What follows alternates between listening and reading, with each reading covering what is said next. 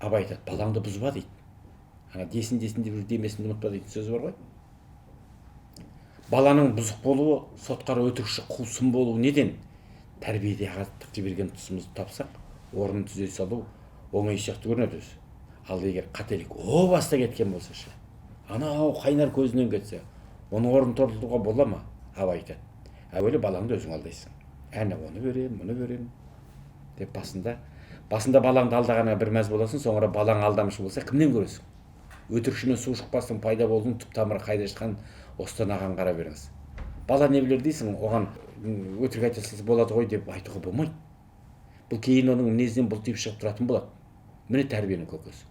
Ұсақ түйек секілді, бірақ бәрімізде бар кемшілік. Абай бейне бір біздің ұрлығымыздың үстіне түсіп тұрғандай болады. Әрі қарай тіпті қызық. Қызық емес, қиын. Абай айтады, боқта деп біреуді боқтатып, кәпір қиян қосқан тимеңдерші осыны. Қойш дегіздейтін сөзді естіп соған масаттандырып, әбден тентектікке үйретіп қоясыңдар дейді. А қазір психология не дейді? Дискурс дейтін ұғым бар. Сөз арқылы әсер ету балаға.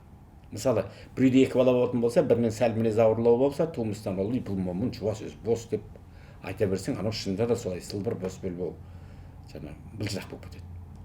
Екінші баласы пысықтау болса, бұл клоун, тентек, оқымайды, бұл әртіс деп айта берсең, анау шынында да мен бұзық екенмін, жаман сен бөрік қаза деп баланың аты бала ғой. Сол бұзықтығы тереңдей беретін болады. Сол үшін баланың кемшілігін оның лақабы қылып, негізгі сипаты қылып таңба дейді. Жаңа айтқандай, кәпір қиған қосқан тимеңдерші деп оны әбден масаттандырып, тентектікке үйретіп қоясыңдар дегені сол дискурспен тура үндесіп келіп отыр. Абайдың айтып отқаны. Қазір бүгін заманауи ғалымдардың айтқанын, Абайдың айтқанын асып отқан ештеңесі жоқ. Боқта деп біреуді боқтатып деген жері Абайдың сұмдық енді.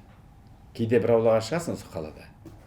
Аузынан анасын үсті кеппеген балалар орысша қазақша айтуға ауыз түгел естуге құлағы ұялатын сөздерді айтып жүреді. Ойлайсың, осылардың енді әке-шешесі бар ма өзі?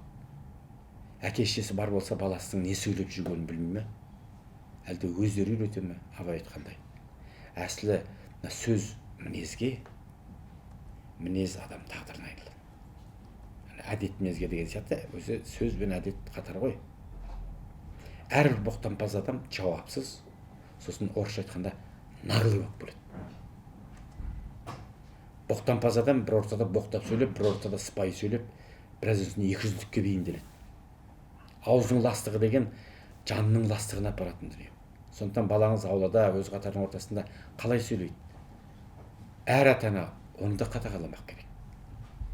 Әрі қарай Абай не дейді? Қу бол, қу сұм бол деп пәленшенің баласы сенің сыртыңнан сатып кетеді қазір. Анаған сен банау, сен сатайын деп жүр. Бүгінде жоқ емес ол. Сөйтіп тірі жанға сендірмей, жат мінез қылып. Осы мас берген тәлім. Осы баладан қайыр күтесің ба дейді Абай. Бір сөзбен айтқанда 5-тен белі шықпаған балаға беретін тағылымымызға сақ болуға шақырады. Бала есейген соң тым кеш болады. Абай жаңа десін деп демесін ұмытып кетеді дегендей, бай десін, батыр десін, қу десін, пысық десін деп жүріп, надан демесін, пасық демесін, залым демесін, өсекші, өтірікші, аферист, алаяқ демесін дегенді назардан тыс қалдырып қоятынымыз ағайын өтірік емес.